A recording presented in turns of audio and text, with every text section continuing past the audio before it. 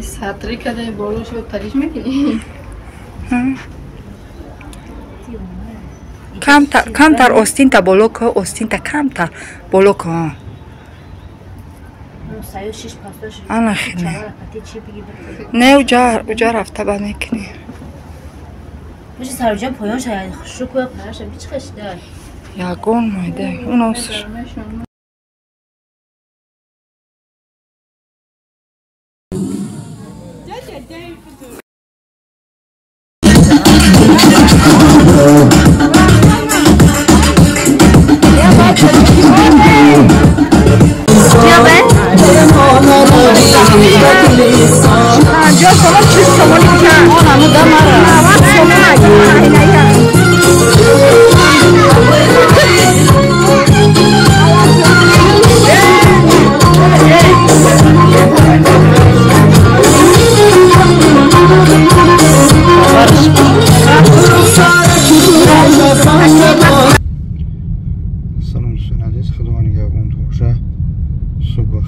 هرچی میکنیم به خاطر خداست انشاءالله.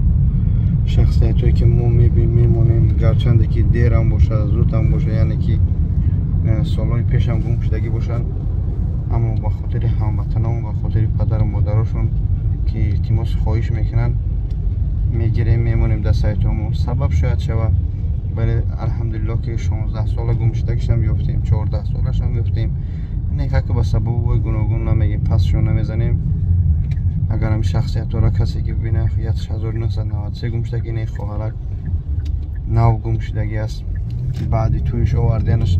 گفته که معلومات پورا میخواد معلومات پورش همی است که توی کردن تاجیکستان آوردنش خط شوهرش همجا بیدرک شدگی های کم خصورتی هم فقط دوره تویش دارم گپیم چی هم شوه هم اکای دوداره شهای اصبیت هم نکره که اخلا یاد صورت هم بگیره خواهر چه خونده نمیدونم که شروع میکنم دعا کنید داخشو التماس ویدیو را پاهن کنه هرچی میکنم به خاطر خدا میکنم در این موبایل دایی که من رکلام نمیزنم گاه کارخونه خدمه میمونم سایت خدمه حقم دارم اما متاسفانه بعضی ناخلافای هستن که گپای پست بلند میزنن خیلی خداوند همه ما رو باید راستی هدایت کنه نمیخوام هرچی بونده سفر داریم دعا کنه انشاءالله کاری خیر است. السلام علیکم. سلام علیکم برادران. ما یک تقویی داریم از سال 93 سال برآمده رفتگی شهر یکوتیا یا مادر داشتن گذشتن از دنیا یا خواهرشون هم گذشتن یا خواهر دیگر دارن. ما این ویدیو را در کانال یکای باباجان با خاص خودمون می‌بینیم که مقصد پیدا شود. ایده چوراترون روزبالوف سفرو